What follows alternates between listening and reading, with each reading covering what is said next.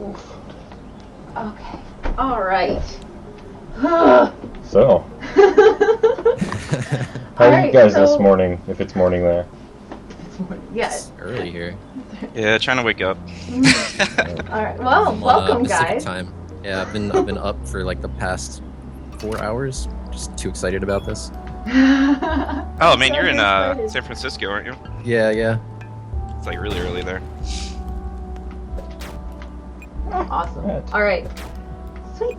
So, we've got your game playing. I don't know if you have the Robotless Kitty channel up, but you should be able to watch us play if you're over there. Yep, got it up. My headphones cut out for a bit, so I don't know if you introduced yourself. We have No, not yet. I'm leave that up to you, Alex. horrible host, sorry. That's not good. Alright, so, joining us for the first show part is the game Chasm. And we have... I've never had that. What? I'm sorry, I'm talking about the game that I'm playing. I'm excited about playing the games. If you don't be quiet, you're fired. I don't want to be Sit in fired. the closet with your cat and cry. That's Good? horrible. Okay. Okay. Alright, so we have... we have one, if not all of the developer here. I actually am not quite entirely sure how big your team is. I'm sorry. Yeah, there's 5 of us total. Okay. But hold on, Jimmy's trying to get on, but I'm James Petruzzi. I'm the lead designer and developer of Chasm, and Jimmy is trying to join us today. He does the music and he's working on concept art and story and stuff. So we'll see if he can get in. Yeah. Oh, I see a James. Yeah, that's him. That's him. Yeah, he should be able to join the call. Nope. Then I'm just here for support, Landon from Big Sushi FM. Yeah, you've actually covered Chasm before. Yeah, we've interviewed a number of the developers that are showing off their games today, so we're excited for more people to check them out and see them live, particularly from you guys. I mean, we also interviewed you guys, Calvin and Alex, as well. Yeah, that was fun. Yeah, So we're excited that you guys got greenlit and you guys are paving the way for others. Well, we hope so. So far we're doing it very awkwardly, which is as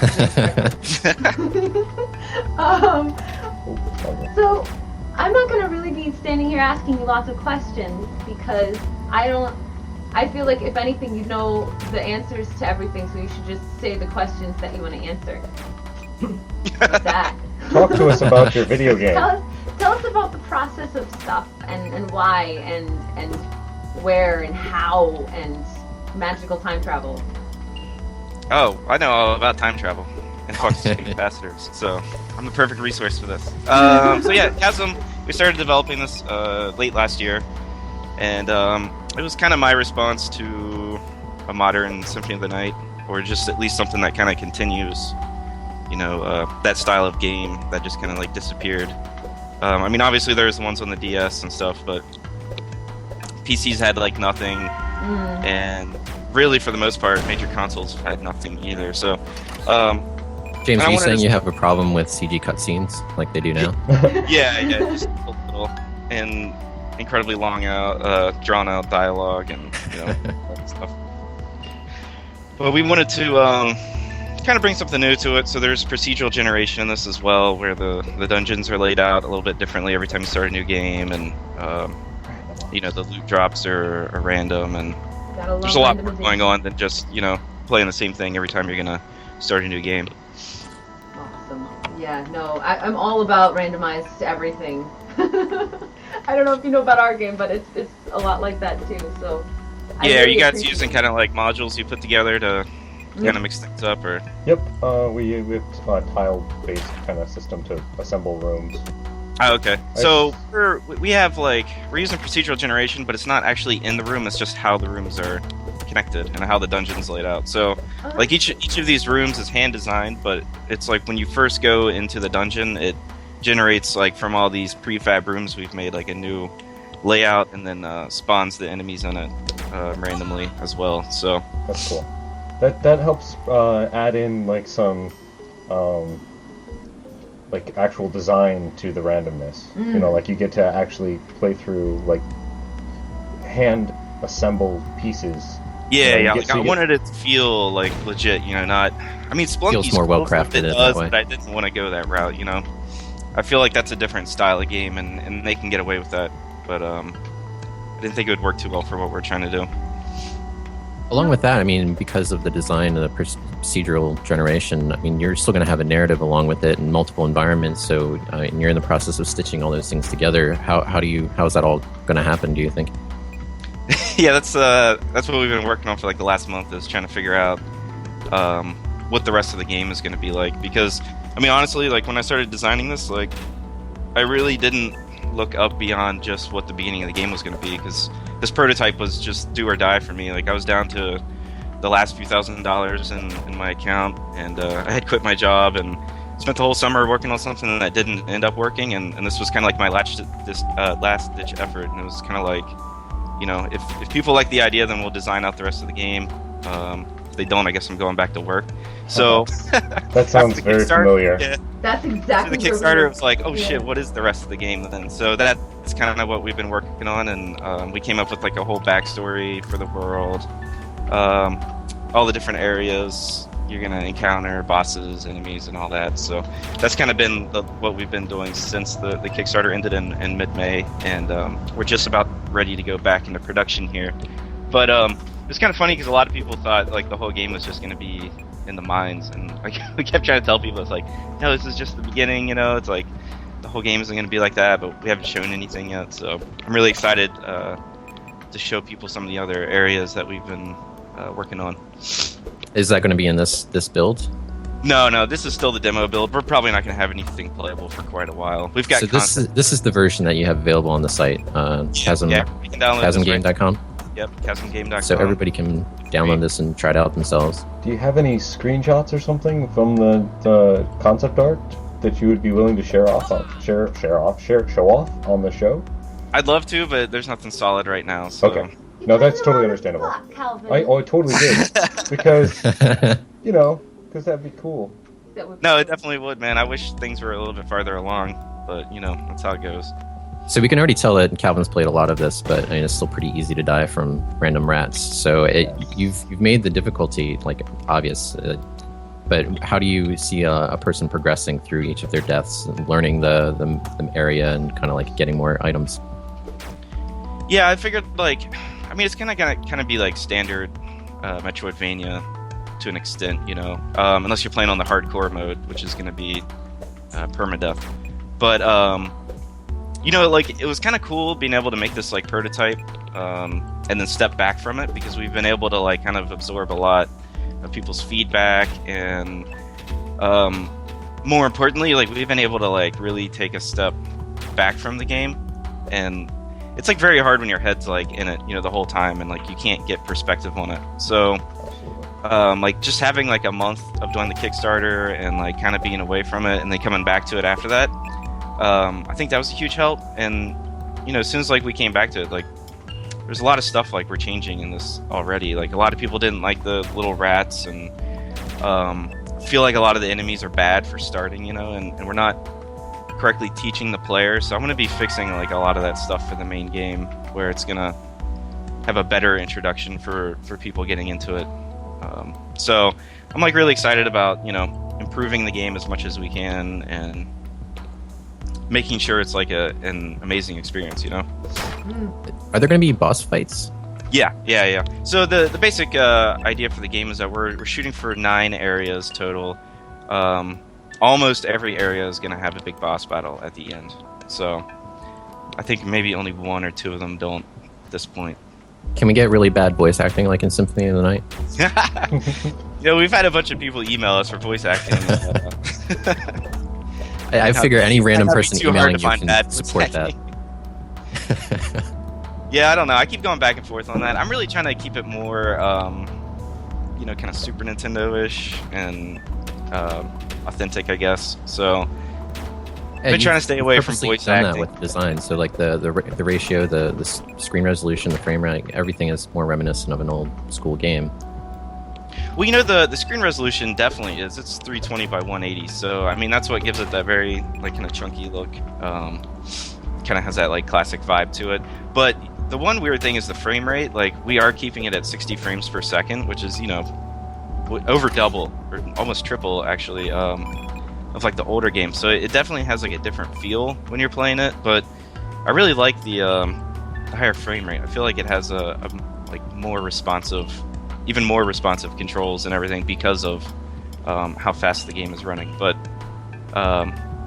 we've had like a lot of comments to that effect of just how smooth the game is, and that's what I was shooting for overall, was just creating an incredibly smooth platformer with very tight controls and lots of stuff to explore. So, well, your influence is also inspired in the design, in the sprite animations, how everything moves and flows. Just his idle state alone kind of is reminiscent of, obviously, of Castlevania. Oh, shit. I think you got some healing stuff, right?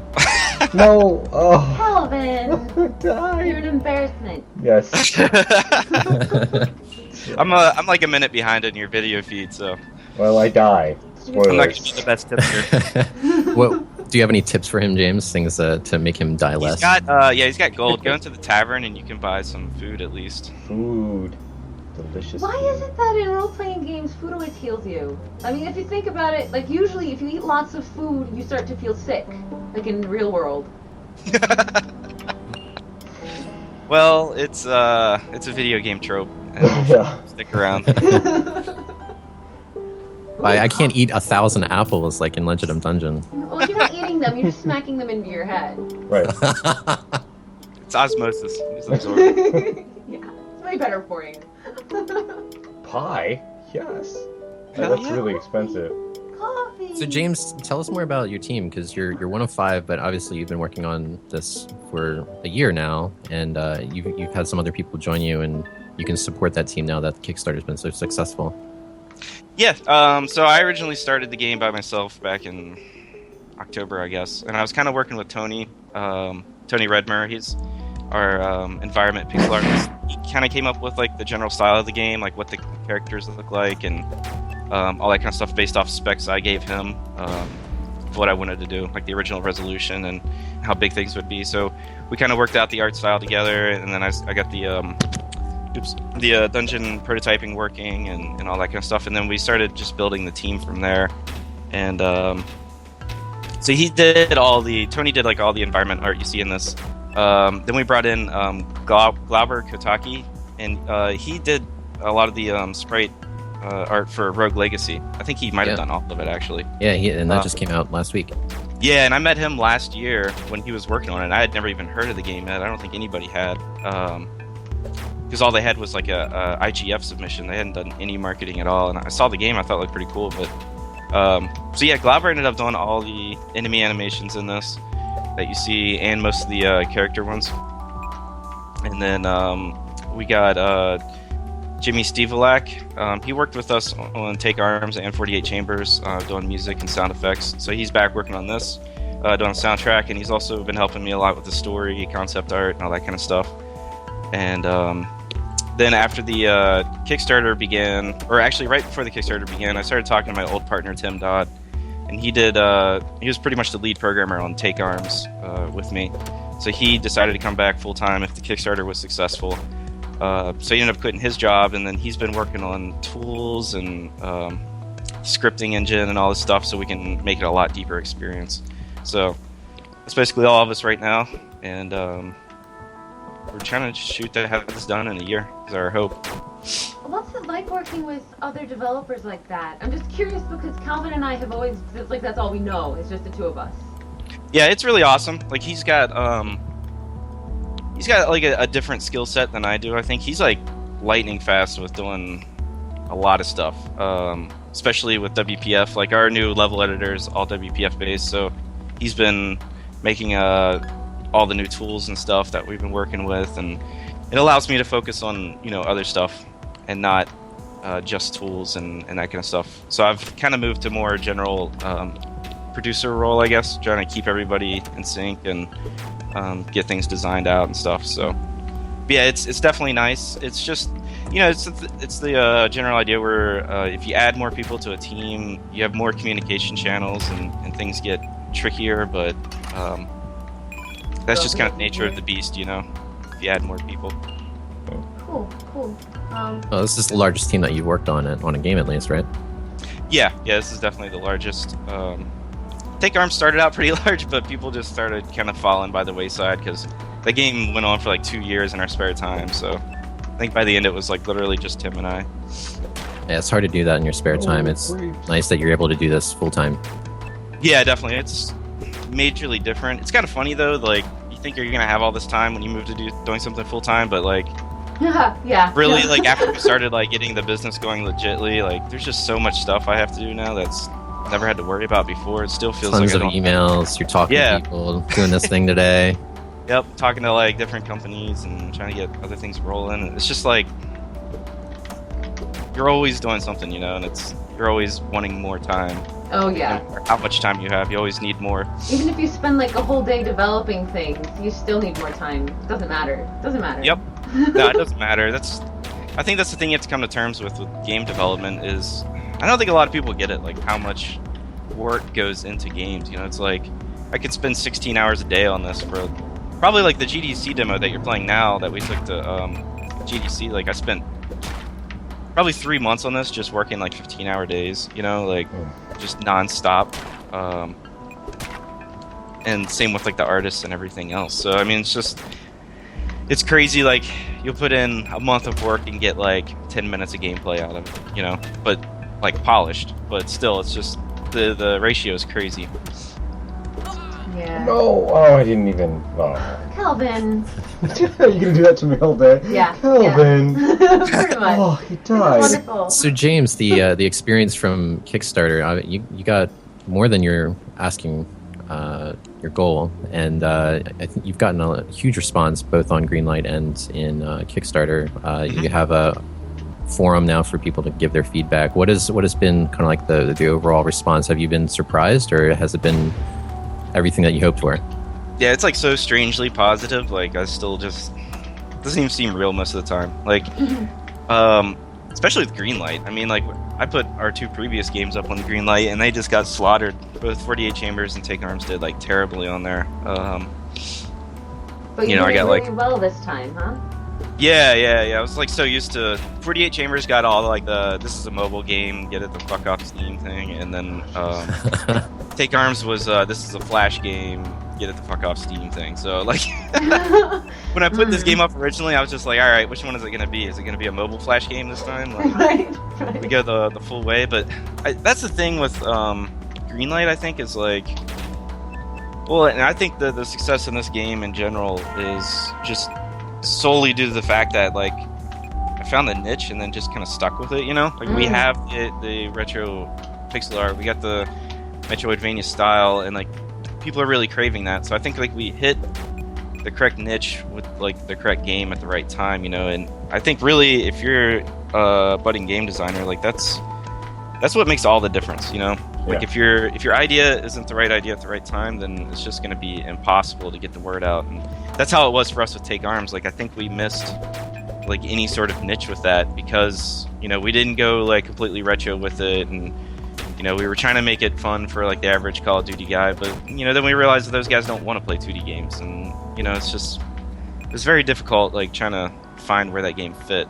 I completely sympathize with you, and I feel the same way about our latest game and the games we were doing just before that. It's like just, you know, swing and miss. Yeah, and then... and that's really what it is. Like I think if you want to be a successful developer, like you have to keep taking those swings and misses, and the people that give up along the way are the ones that just naturally aren't going to make it. You know what I mean? It's like you seriously have to have 100% dedication to it, where you can make 20 games, you know. And because I kept saying like after each game, like this is my last one, like really, like when you get to the end of the development cycle in a game, like you just feel like dead, you know. It's like you just put everything that you have energy wise into something over this period of a year or 2 years in the case of Take Arms, and like I just swore I was done with games. Tim did too. Like both of us were just like, we're done.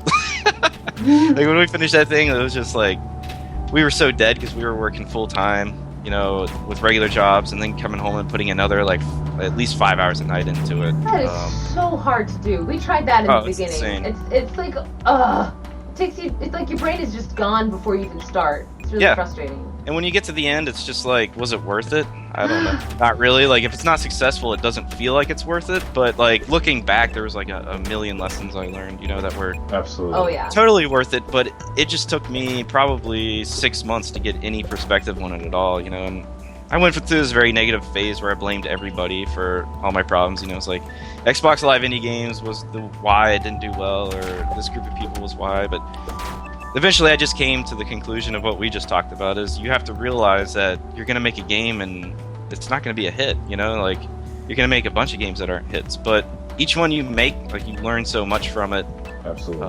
that you can apply to the next one. If we went back to what you previously said, it sounded like with Chasm, it just kind of hit at the right point, and you're kind of generating a game to a current niche that's popular right now. But it should be mentioned that you're doing this out of passion too. I mean, your inspirations are really influential in terms of the type of games that you want to make and what Definitely. you're making with Chasm. Yeah, well, and the sad thing was, Chasm was originally a mining game. I was, like, basically trying to cash in on, like, the Terraria thing on Xbox Live Indie Games, and, like, I spent, I don't know, like, most of last summer working on that, and I was basically to the point where I just couldn't get the gameplay right, because I was trying to, like, combine it with, like, Zelda and stuff and do something a little bit different and not focus on the crafting, but, like, you never get the formula right, and then, like, at some point, like, I just realized I wasn't having any fun at all, and was just chasing the dollar, and that's when I was like, you know what, screw this. I just scrapped, like, everything I did, like, over the period of 4 months. But again, like, I learned a ton doing that, because, like, I found a completely new way to do collisions, which is what I ended up doing with this. Like, it's way more authentic, old school style stuff, and I got a much different perspective on things. So, you know, I was kind of like, well, what do I really want to do? Like, what would I want to play, you know? And that's kind of where this game came from. And, like, looking at it now, it seems like a natural, you know, progression. Do I have too much stuff? I have too much stuff. People are asking some questions in the chat.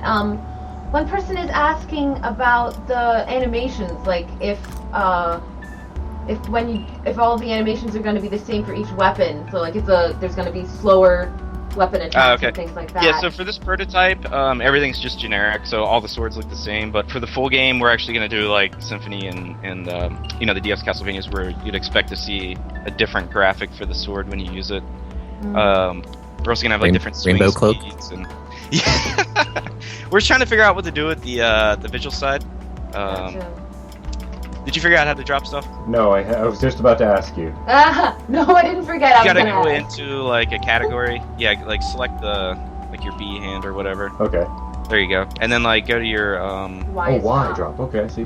yeah. It tells you. Got it. You have to read, Nice. Calvin. Rusty swords. Alright, so this is just a great opportunity. You've got about 6 minutes left. Do you want to talk a little bit about what's coming with Chasm so that people can understand where this is going? So that when they place that upvote on Greenlight, they can do it so with great confidence and, you know, happiness? Yeah, sure. So after the Kickstarter, we actually Humble guys contacted us, so we're on the Humble store now doing Awesome. pre-orders. It's a slightly different deal than what we had with the Kickstarter, but if you pre-order, you'll get early access to the alpha next year when we get ready for testing. I don't know exactly when that's going to be, but we're shooting for early 2014. And you also get immediate access to our developer forums, where we're posting, hopefully daily, updates on what we're doing and trying to keep people in the loop.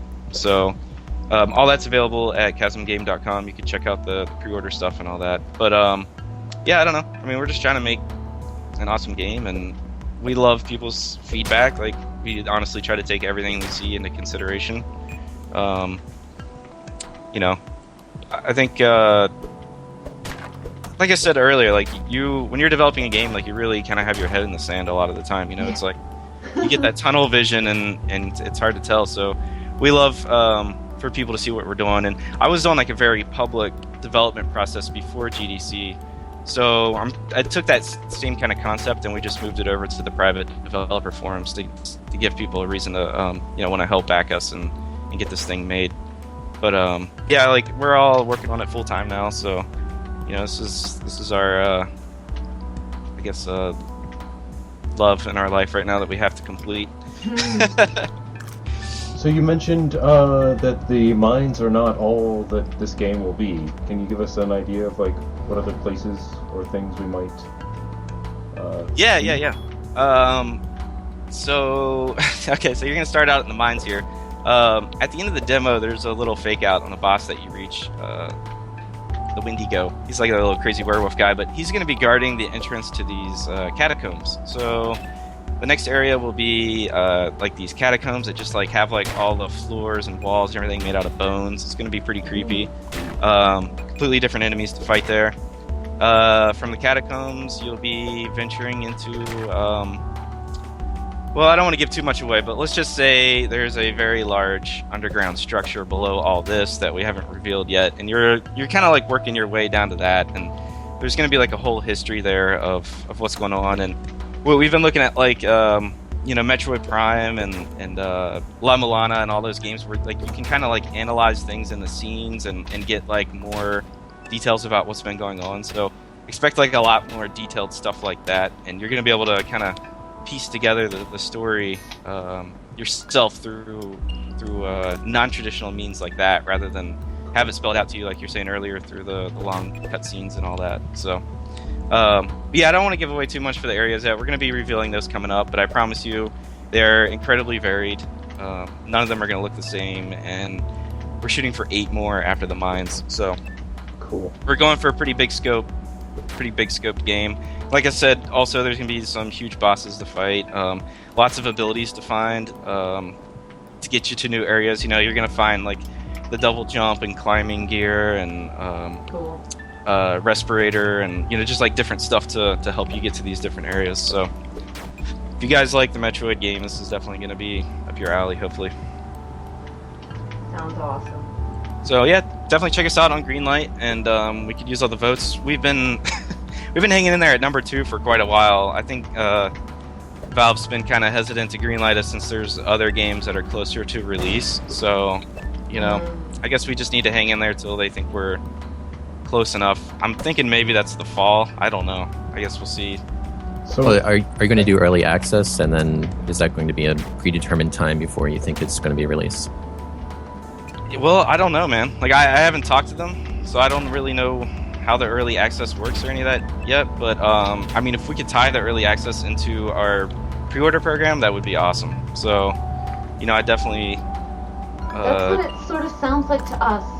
It sounds like that's kind of what you can do to some extent. So. Yeah, so, I mean, if that's how it works, then yeah, that would be awesome. I'd love to get the beta one there, like, early for people, that want to start playing it on Steam, before everybody else.